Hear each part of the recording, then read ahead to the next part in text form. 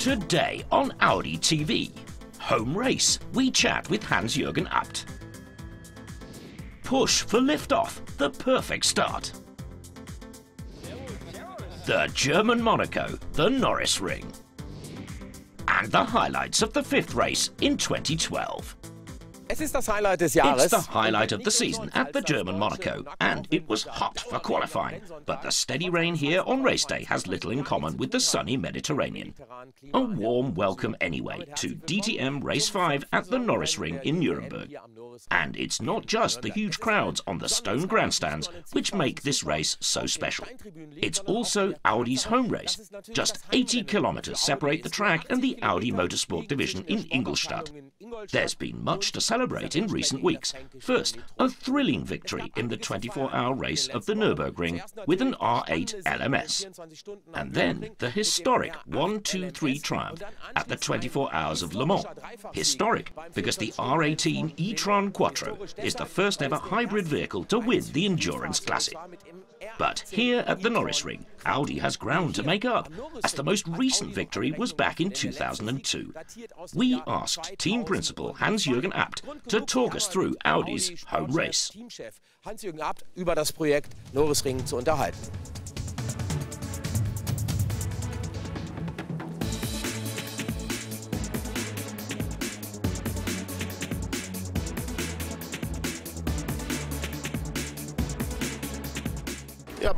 We've all seen how tight it's become with three constructors. Differences of tenths have turned into hundredths.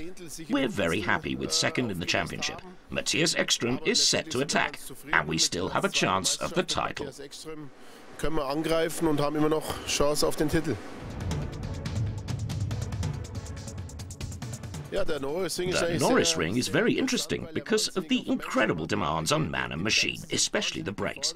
You have to brake from 260 down to 80. You have to make optimal use of the 4 turns. It comes down to thousandths of seconds here. The best combination of the car, the driver and the team will win. Mit dem Auto, mit dem Fahrer, mit dem Team, der steht vorne.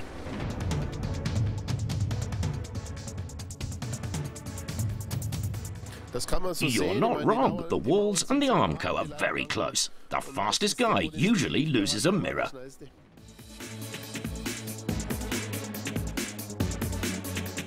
If I stop being nervous, I should quit. I'm very nervous because I'm totally rooting for the team, for the mark. We want great racing and a great result. As I say, we'll see what happens on Sunday. We all have to focus very hard on achieving the maximum. Und wir müssen einfach versuchen, uns alle sehr stark zu konzentrieren, wirklich alles rauszuholen. To win at the Norisring, you have to drive your mirrors off, says Hans-Jürgen Abt. That happens often enough here at the chicane, and I can guarantee it'll be a really exciting race. Although qualifying wasn't entirely satisfactory for Audi, with only 2 drivers in the top 10. Dr. Wolfgang Ulrich, understandably concerned. Wolfgang Ulrich auch alles andere als zufrieden. It's disappointing because it's our worst team result in qualifying of the DTM season.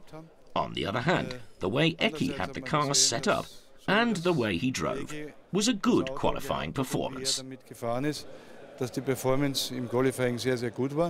The top 2 in qualifying were Mercedes pair Gary Paffert and Jamie Green, followed by Augusto Farfus in a BMW, and then the best Audi driver Matthias Ekström in 4th.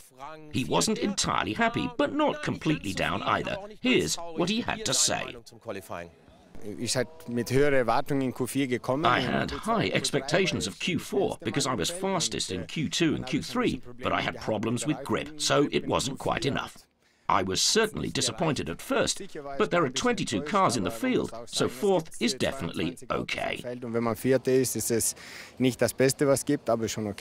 That was the reaction to qualifying. Audi with lots and lots of fans for their home race, and Audi put on a show for them too. Amazing what you see out on the Norisring track. It has to be the most unusual DTM weekend. You see lederhosen, bunnies, and sausages galore. But of course, Nuremberg grilled sausage is part and parcel of the DTM, just like Audi. The drivers got together for a food frenzy, free sausage for everyone. Enjoy your meals, and hearty congratulations to someone with as strong a stomach as Miguel Molina. The 23-year-old Spaniard suffered no seasickness whatsoever when he visited the Kielavoca festival and took to the high sea. Ship ahoy, as Molina got to grips with Audi sailing. DTM A5 swapped for a TP52, a 15.5-metre boat with a 14-man crew. After 14 hours, battling in the black hell of the Baltic, Molina and team were first over the line. Chapeau! A key figure in the success was Boris Herrmann, the world-class yachtsman called in on Team Phoenix. The sailing star compares the disciplines. There are lots of similarities. The weather is a big factor here too, whether it rains or not. And how did Molina get on? I think it was totally different from what they're used to. I'd have preferred a race with more sun and easier conditions with the lads on board, but they stuck it out bravely. Okay, a fair wind and following seas for the DTM race. And apropos racing, this one's a winner. The Audi R18 e-tron Quattro not only looks great, it won at Le Mans in 2012. The first ever hybrid vehicle to claim the prestigious triumph, thanks in part to Marcel Fessler. Marcel's Circuit de la Sarthe in Le Mans is famous for long straights. How difficult is driving the e-tron Quattro here on this tight street circuit? Obviously, I didn't drive at Le Mans pace, and it certainly isn't easy because of all the bumps, and because it's also still a bit damp. It was a demonstration, so you take it easy. After all, you don't want to damage the car. Could you tell our viewers more about the hybrid system, the combination of a combustion engine and electric power? Is it different for the driver? Do you have to change your driving style? You don't make major changes, because the system does most things by itself. We really noticed the moment at 120 km/h, when the front wheels receive an enormous boost. It feels like a turbo on a normal car, kicking in all at once. Naturally, you notice the additional 200 horsepower, although it's done and gone after 3 seconds.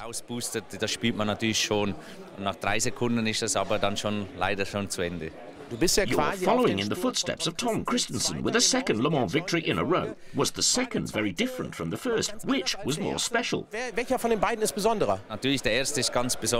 Both wins were very special for me personally. The first is special because the first is the one you dream about if you're desperate to win Le Mans. It's such a prestigious race. And last year was extra special again with a winning margin of just 13 seconds. But I reckon this year's victory is just as precious. You're never handed a 24-hour victory on a plate. And it was another tough fight. I had a few ups and downs in my stints, a couple of big moments, as we say. And it was wonderful returning to the top of the podium, totally special. The only change was that we knew what to expect.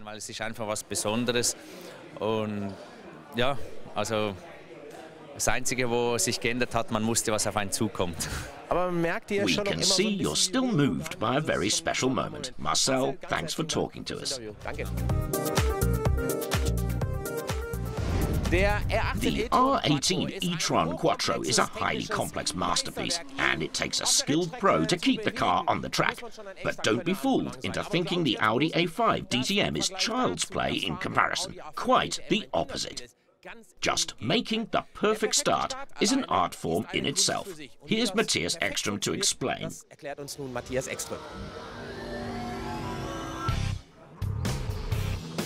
It's the split second which often makes the difference between victory and defeat. The instant prior to the start, the moment when the red lights go out, seconds that feel like hours. I'm totally relaxed at that moment because the reflex kicks in when the lights go out. It means I've done my pre-work. I'm just waiting for the final moment, and your left thumb releases the button. There's nothing else you can do in a race to make up or to lose so much ground in so short a time. The drivers call the seconds before the start pre-tensioning. Ultimately, it's in the driver's own hands. You press the neutral button, then the brakes. I activate the handbrake, so I have 80 to 100 bar of brake pressure to keep the car still. Then I wait for the green flag at the back of the field, telling us the grid is complete. Then I press the neutral button again and select the gear. The lights turn red. You slowly engage the clutch and get the revs up. You wait until the lights go off. Then you remove your left thumb from the brake as fast as possible. Give it a bit more clutch and accelerate without spinning the wheels. Then completely engage the clutch and up into second. It's not that difficult. What's the ideal start here from fourth place? I'll have to take a risk or two if I'm to get past anyone. The grip here is different, so I can't accelerate too hard, and I need to be more cautious with the clutch. Best of luck, Eki. So that's how to make a perfect start, and let's hope it works out for the Audi drivers, including Eduardo Mortara, winner last time out in Spielberg and who's since passed his university graduation exams, so congratulations on that. As you can see, it's still raining, so it'll be an exciting race. And there's something you don't see every day, the grid girls in rainwear. It's a shame, but the spectators on the famous stone grandstands are well prepared, and I guess you are too. Enjoy the race highlights. The unpredictable weather didn't prevent 135,000 fans flocking to the track on the fifth race weekend. Gary Paffett starting from pole, Matthias Ekstrom the best Audi driver in fourth. As so often, the big question was, what happened in turn one? Bad things, as it happened. Bad things for the leader and also for Audi man Ekstrom. A typical chain reaction. Jamie Green hits Paffett. Behind them, Ekstrom sandwiched. Paffett spins and looks Ekstrom in the eyes as he skids into the Mercedes. Perfect start. Horror start. The replay. Augusto Farfus in the BMW on the right, going too fast. He runs into Ekstrom, and that was that. Ralf Schumacher takes the lead. Matthias Ekstrom's working day over far too early. Leader Schumacher runs into trouble for no apparent reason, his Mercedes requiring frequent resets.